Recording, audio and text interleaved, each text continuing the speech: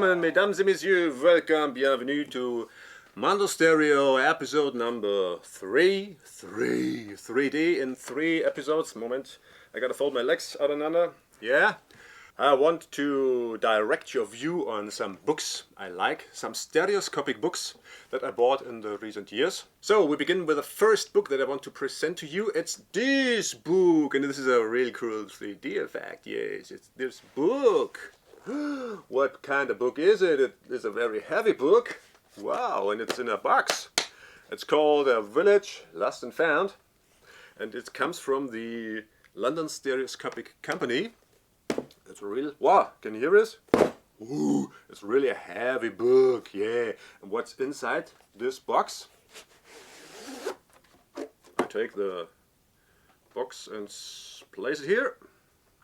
Inside the box is the book, A Village Lost and Found. And what do we find in this book? We find stereoscopic photographs, stereoscopies, taken by T.R. Williams, Thomas Richard Williams, who was a photographer. But when did he take his photos? In the 1850s. In the 1850s. Good Lord! Did they do three-dimensional photograph back then? Yes, they did. Page 173 is his biography.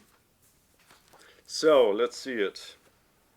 T.R. Williams, Thomas Richard Williams, was born on May 5th, 1824. 1824. And the cool thing about this book is he did a lot of complete series about a certain village in England, because that's why this book is called A Village Lost and Found. This is the village where he was born and where he was raised, as far as I remember. And when he was in his mid-20s, he began to sense a change in how his village developed.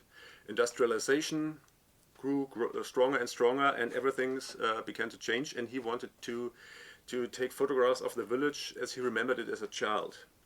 Can you imagine that? From 1824 to 1850, the whole world was changing.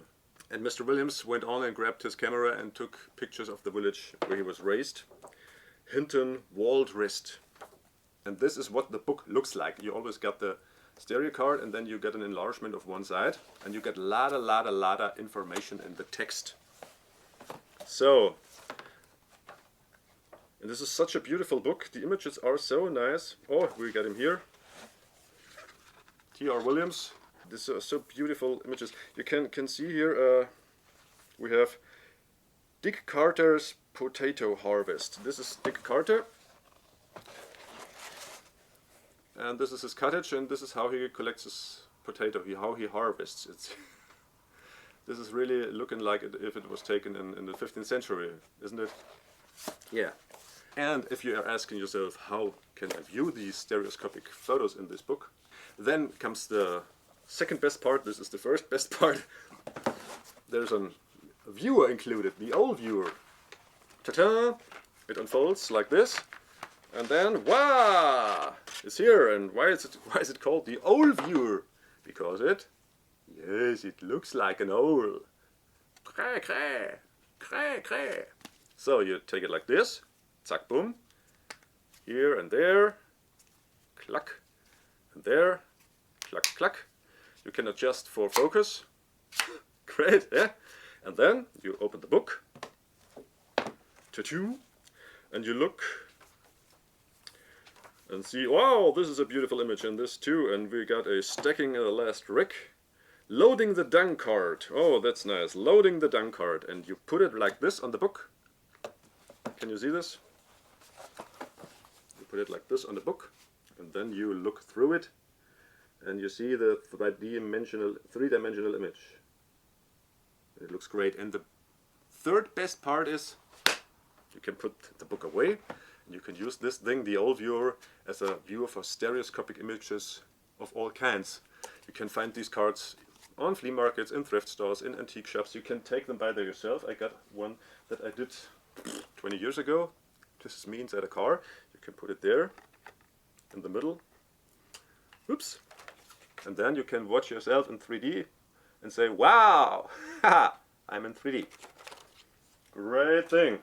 So, where to put it? I'll leave it here. This was the first book published by the London Stereoscopic Society. Then came another book. This is how they do it. And it's called Diableries. You can see a slight difference in the cover. This was a two-dimensional print, very nicely done. And this is a lenticular print of one of the cards.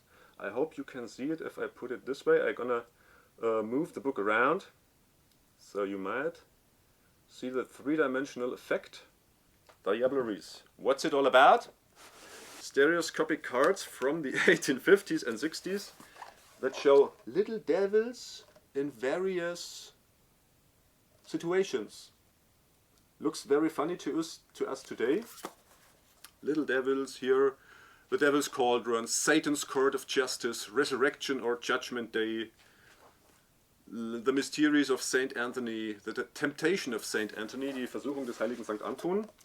And what do we got here? We got the enlargement on one side, very nice. Oh, I can put it this way. And we got two views of each card, because if you look at the card with lights on in your living room, it looks like this.